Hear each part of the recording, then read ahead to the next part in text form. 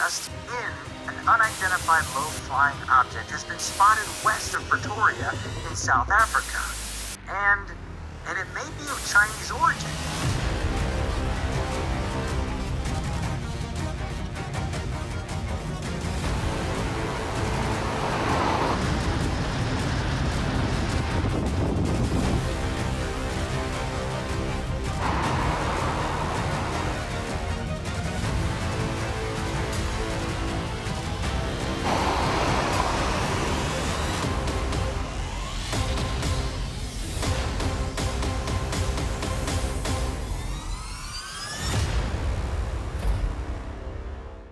Once upon a time, there were 4 friends. The Portuguese crusader, the champ, the cool chick that can really drive, the instigator of all this trouble, and a buckie. So my name is Daniel Barbosa, possibly the greatest Portuguese since my uncle Vasco da Gama. I am a 4x4 and high performance instructor for about 26 years. My name is Philip Kekana. I'm a racing driver, and mostly I do advanced driving. I'm Sichaba Mashilho. I'm a racing driver. My name is Michelle Habig, and I'm an advanced driving instructor and have been doing it for about 18 years.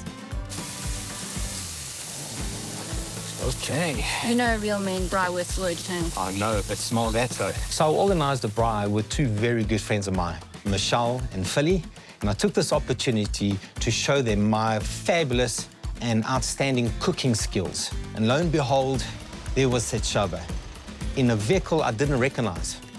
Daniel the man, right there behind the braai stand. It's a Barbosa. Look what the cat dragged in. Oh, mate, come on. Babe, how's this? Michelle, how you doing? Good, good. Is that a jack in a box? It's a JAC. What kind of a jack is this? Do you want to be a jack of all trade? Maybe even Jack Tran? Dan the man, there he is. Jack. All about jack of all trades and jack keepers. It's a JAC, man. The JAC, JAC, something, Jack. It's a JAC. JAC. Jack. Jack in the box. But a cent for every time I've heard that. I'd have 3 cents. It's a JAC. And obviously Daniel being Daniel, he gave him a lot of grief. Why the JAC? Sechaba had all the right things to say about it. She's rugged. One. I mean, look at it. That does look rugged. Value for money.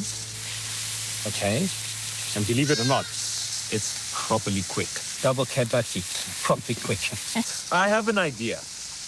Another famous Mashilho Barbosa bet. So boys being boys, there obviously had to be a bet. Fadi, what do you think? The cogs in my brain were working and I came up with this brilliant idea. I have a way to demonstrate how exciting the JACs can be. They've got my attention. Oh, what's going to happen now here? I told them we're meeting the engine garage at Harties in a week's time for a little surprise. Let's do it. Yes, like it. I don't know now, because it's another bet between these 2. Another opportunity to make money. It's a jackpot. Then there we were, underway in the JAC, not the jack of all trades, the JAC, on our way to the Girotech vehicle testing facilities. What they didn't know is that I had a few of my contacts. Continental, yes, the tire, and engine, yes, that engine, and just a few other people waiting for us at Girotech. As a man of sizable ambitions, I arranged a small little NASCAR-style entertainment and a bit of flair, showmanship. A small flyover. Do we know what's going to happen now? So there was rumours of a flyover in an aircraft. And I was thinking to myself, F-22, the Raptor. I'm from South Africa, the Roy Falk. Maybe a Gripen, a MiG if we were lucky. and we went straight down to the oval track. And at the oval track, here were these Zulu dancers.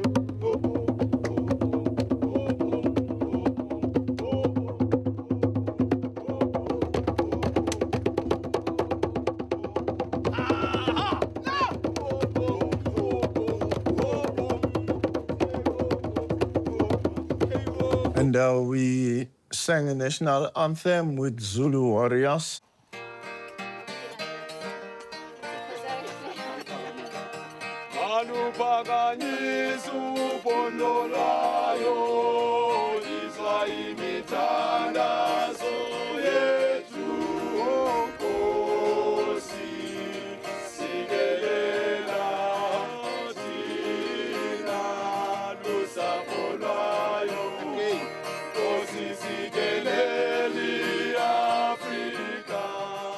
So we sang the national anthem with the Zulus, and here arrived the aircraft.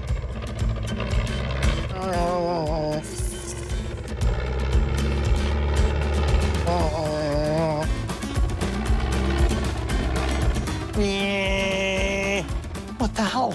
Griffins, F-16s. Where does one even find those here? Dude, come on, man. And there were tents, there were signs, there were banners, engine banners, continental banners, and there were vehicles, other vehicles there. There was a full setup. My cunning plan was to attempt to break a 15-year-old record for the distance covered in 24 hours. Not a small feat. So Sechaba reckons that the JAC is going to go around the high-speed oval for 24 hours. Wow. This is the easiest money I'm making this year. After our spectacular, frankly, ceremony and flyover, I looked to the guys and I said, okay, who's driving first? Oh, in no ways. You came up with a challenge. You drive first. Love Sechaba, but you know what? This is his challenge, so he can actually just start this whole thing. I was very happy to oblige. I'd take the first stint. Give me a thumbs up. 3, 2, 1, go.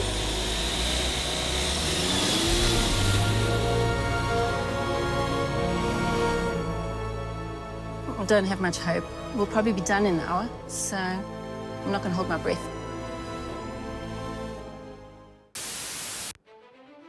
And so off we went in my JSC bakkie. I had more than 4,000 kilometers ahead of me. Within 24 hours, there was only one way, and that's foot to the floor.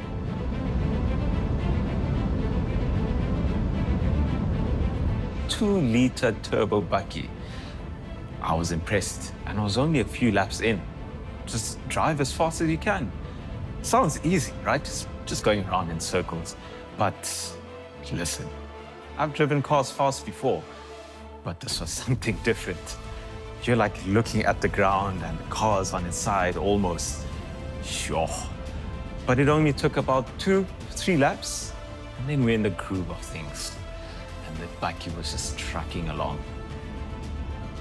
So Sechaba takes off in the JAC, lap after lap after lap after lap.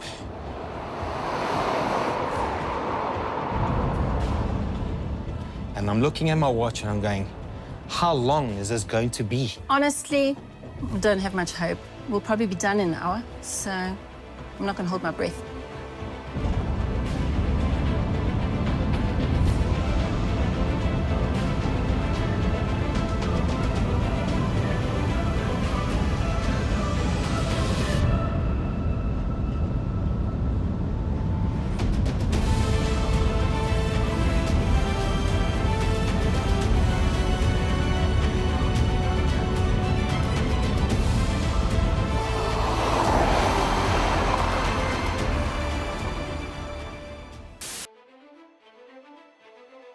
I don't know. At some point, I just wanted to see myself outside and in the toilet. But on the radio, Leicester, you have to make it. You have to keep going. but I can't. And they just said, you have to. So Sechaba kept on going in circles and going and going and going. And finally, it was my turn to drive.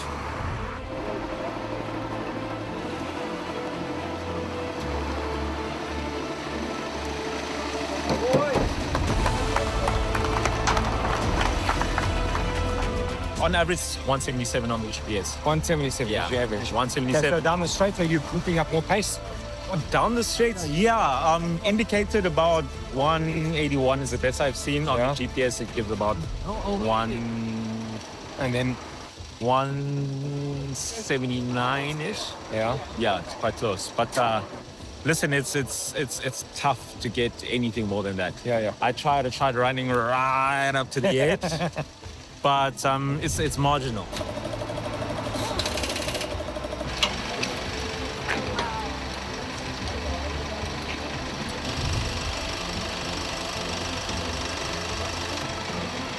Time for the greatest Portuguese since Vasco da Gama to get some speed on.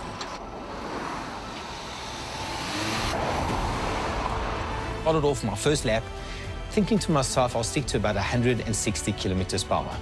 And I looked down at the dashboard and I saw 165, 170, 180. The car felt planted. It seemed to handle the track well. The vehicle continued to do lap after lap, and I heard over the radio, Daniel, faster, faster. But my foot was flat.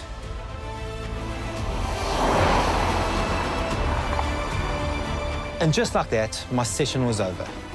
And the JAC just kept on going on and on and on. First time I got behind the wheel, we had to move really quickly. So I didn't have much time to set up or, change very much. I just had to get in the vehicle, make myself comfortable, safety belt on, and just focus on doing the best times possible. Daniel had gone before me and that everything was fine.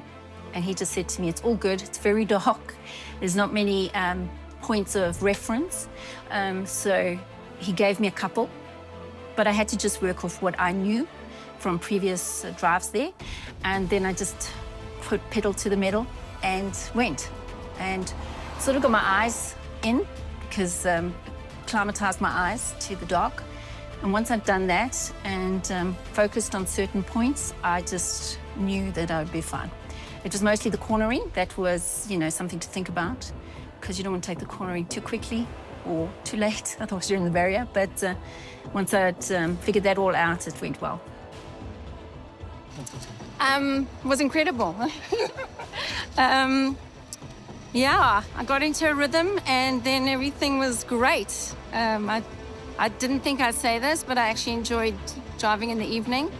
And it was comfortable. The car was very comfortable, surprisingly, because some of the road is quite bumpy. So some of the track being bumpy, you expect a lot of movement. But this car inspired such confidence. Even when I hit a porcupine, the car didn't budge. So it's impressed me somewhat. Yeah. So great run. And if we can keep this up, the consistency, I think we'll have a great result.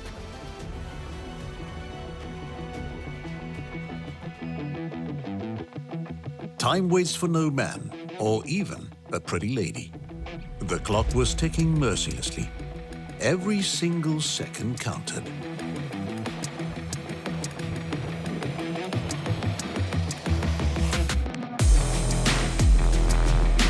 But there was drama brewing. So after my session, I took an opportunity to get some shut-eye. Just as I started to fall asleep, I heard my name being repeated and screamed in the distance. Daniel, help! We're behind schedule. I was confused, and it so happens that my friend Philly was struggling in the evening. He's probably the best driver I know, racing driver as well as high-performance driver. Really, I rate him as probably one of the top. So it was quite surprising to see that he didn't acclimatize well to the dark. Shame. I think when I started driving, I was not flat out. I was still trying to land the oval. I know the oval. I never drove on the oval at night. And then 10-1, it was okay. Still, I was not fed out. But 10-2, I was not comfortable with 10-2 because I could see my laps were slow, and then the radio call came in, and then I just went in to swap drivers, and I told them, the person who was in charge, that I will be comfortable if I drive in the morning. It's not going well. Philly's not fast enough. That's all I heard. And I was like, oh gosh, what now? And you put Daniel in, and Daniel wasn't meant to drive till later. But shame, what a champion. He said, no, I'll do it. And he jumped in the car and he went. And then I realized I was next. So I couldn't sleep, couldn't rest. I just knew that we now had to adjust because Philly, his stint, we'd lost a bit of time. So to make that up, I knew we'd have to do something special. Looks like we're behind. It's like, how's that possible? I can't put my foot any more into the accelerator pedal. I was exhausted. I had a migraine, but I had to cover my team. It was time for Daniel to bring forth all his Portuguese greatness. It was time to forget about pregos, football and wine. It was that big game moment, and for Daniel da Gama to claw back some time. Exhausting, but I think you get into a rhythm, and then as she becomes very comfortable, very, very impressed. Excellent fuel consumption, car feels sturdy, feels stable, and that's why I was able to do about 4 hours there. So very, very impressed. Well done.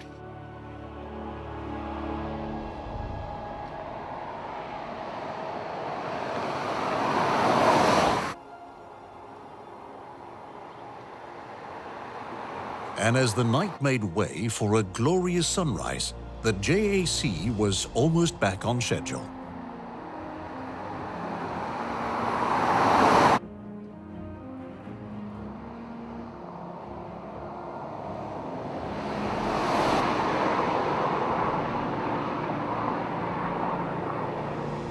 Daniel, meanwhile, was having a change of heart of sorts. So I know I was going to lose the bet, possibly some money. But secretly, I was actually rooting for this. I was actually enjoying the moment. But the clock was still ticking and ticking and ticking. And you may be wondering, who doth set the fastest lap time? Obviously me. You know women are faster than men, hey? Yeah. So during the next morning, somebody made a calculation, and it seemed that we were behind schedule and we weren't going to make it. With steely resolve, Michelle again took to the T9 and just went faster, faster, and faster. She was a lady on a mission, and the T9 was rising to the occasion.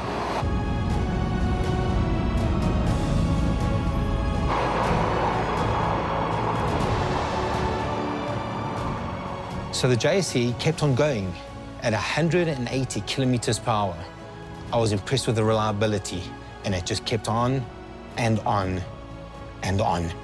So the next morning, it was Philly's opportunity, and immediately he was on the pace.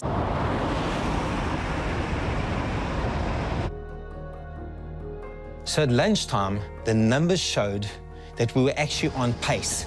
Secretly, I was so excited because we had an opportunity to beat this. Philip has made up for the once-off glitch in the night. It was the last session. It was Sesaba's chance to bring it home. We were all willing him on as a team to break the record.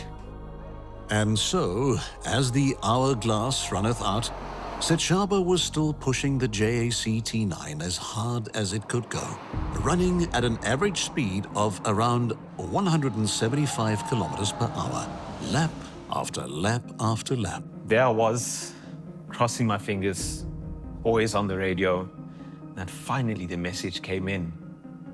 Sechaba, looks like we're going to make it. We're almost there.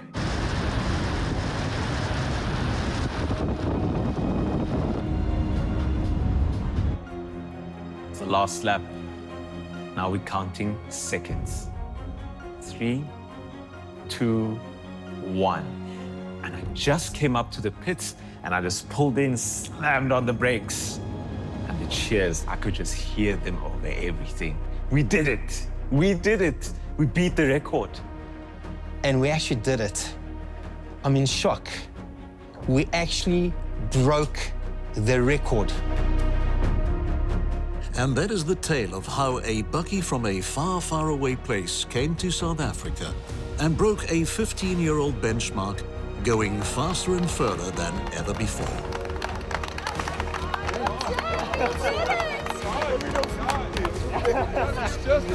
This is the amazing story of the JAC T9.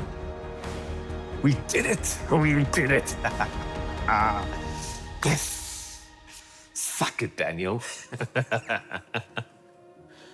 Felt like I won another championship because it was not an easy thing to do.